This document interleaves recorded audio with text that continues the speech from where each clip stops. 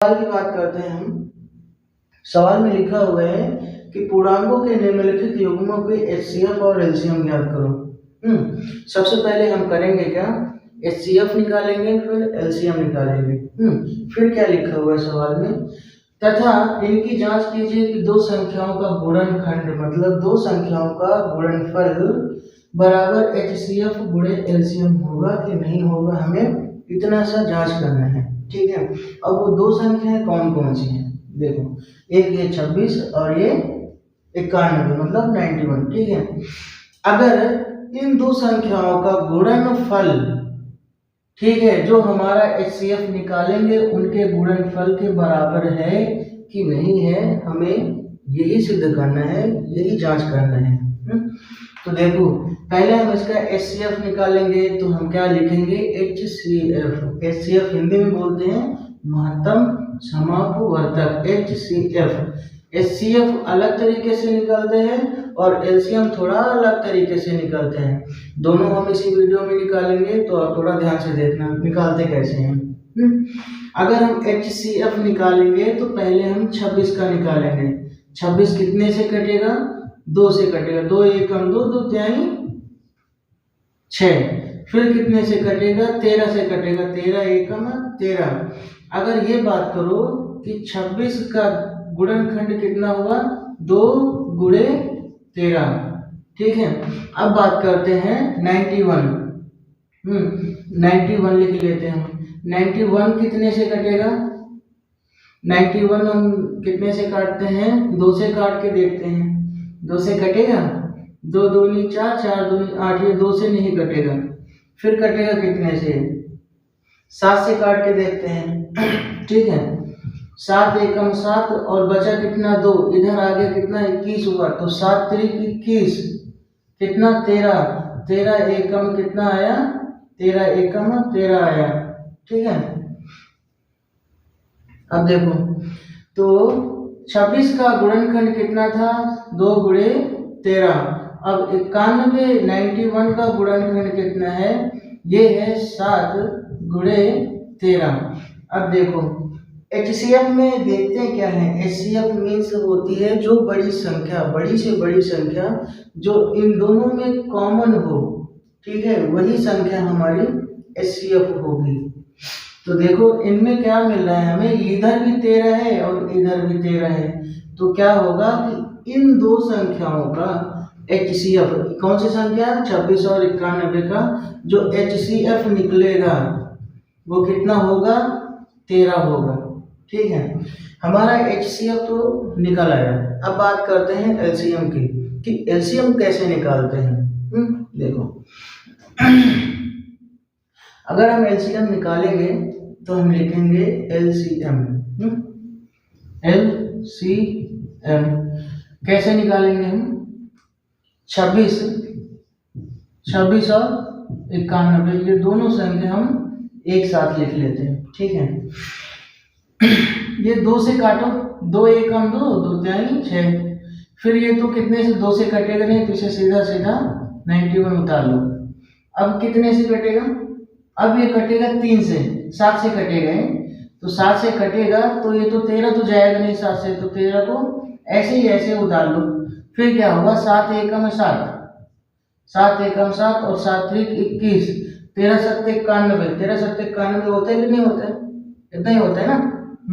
अब देखो, अब ये संख्या कितने से जाएगी, 13 से जाएगी, 13 एकम 13, 13 एकम 13 कितना मिला, इसका गुणनखंड हमारा, इसका जो हमारा एलसीएम मिला, एलसीएम कितना मिला, इन दो संख्याओं का एलसीएम का जो गुणनखंड है 2 गुणे 7 गुणे 13।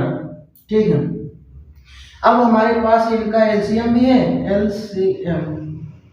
ठीक है, ये एलसीएम और एक एचसीएम। सवाल में बोल क्या रहा है, देखो, सवाल में बोल रहा है कि सबसे पहले तो इनका एचसीएफ और एलसीएम ज्ञात करो, जो कि एचसीएफ हमने निकाल लिए हैं और एलसीएम भी हमने निकाल लिए हैं। फिर क्या बोल रहा है कि जांच कीजिए कि दो संख्याओं का गुणन, मतलब कौन सी दो संख्या है, अगर हम इनका गुणा करा दें ठीक है, और इनका गुणा करा दें, HCF गुणे LCM, अगर हम इनका गुणा करा दें और इसका गुणा करा दें तो क्या ये संख्याएं बराबर होंगी एक दूसरे के कि नहीं होंगी, हमें ये जांच करना है। तो देखो ये मिटा देते हैं, ठीक है। आपको पता हो गया कि HCF कितना है, इसका HCF बराबर 13 और LCM बराबर कितना 2 गुणे 7 गुणे 13।